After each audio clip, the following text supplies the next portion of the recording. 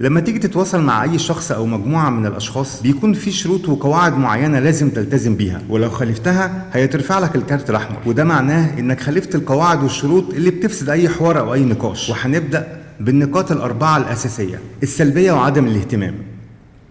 في شخصيات دايما بتتوقع الأسوأ ودايما حاسين بانهم ضحيه، بيحبوا يتكلموا كتير عن الاخبار السيئه، وكلمه لكن هتسمعها كتير في كلامهم. مش بيحبوا يساعدوا حد ولا بيحبوا المشاركه والتفاعل مع اللي حواليهم. السلبيه وعدم الاهتمام سلوك سيء يخليك تخسر حب الناس واهتمامهم.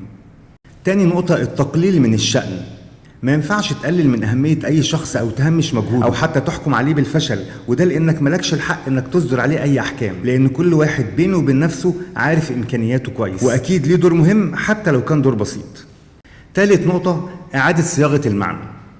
سمعت حد قبل كده بيقول لحد تاني: من فضلك ما تقولنيش حاجة أنا ما قلتهاش. وده الشخص اللي بياخد الكلام ويجود عليه ويعيد صياغته بمعنى تاني خالص غير المعنى الحقيقي، وده سلوك مش مقبول ومحدش هيسمح لك تعمل كده. رابع حاجة: الدخول في تفاصيل. احيانا الدخول في تفاصيل زياده بتبعدك عن اصل الموضوع، وكمان بتشتت اللي قدامك وبتفقده التركيز. عشان كده خليك موضوعي واحترم وقتك ووقت اللي قدامك. ببساطه فكر في الكلام اللي عايز تقوله وادخل في الموضوع.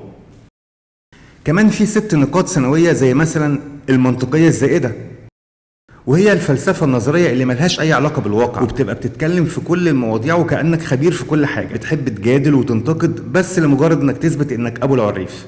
العاطفه الزائده. التعاطف المعتدل هو شيء طبيعي، لكن الامور احيانا بتخرج عن السيطره. العاطفه المبالغ فيها بتاثر على ادائك وعلى قراراتك، ده غير الشعور بالضعف والارتباك في ابسط المواقف. العموميه الزائده، ومعناها هو التعميم في الحكم على الاشياء، انك تحكم على الجميع من خلال فرد، وده يعتبر تعميم غير عادل. وهديك مثال: نفترض انك اشتريت كيلو تفاح ولما جيت تاكل واحده لقيتها فاسده، ده مش معناه ان كل التفاح فاسد، الا اذا كنت متاكد من كده فعلا، ولحد ما تتاكد انت بالنسبه لك تفاحه واحده بس هي اللي فاسده مش كلهم. الكلام النظري، وهو الكلام البعيد كل البعد عن الواقع العملي، وهو في الغالب كلام خالي من التجارب وصعب تطبيقه على ارض الواقع.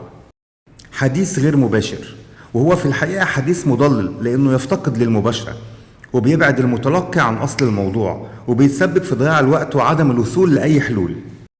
عدم الأمانة في الحديث، وهنا بنتكلم عن الكذب والتزييف وعدم الأمانة والوضوح في نقل الحقيقة، وبالتالي تضليل الآخرين.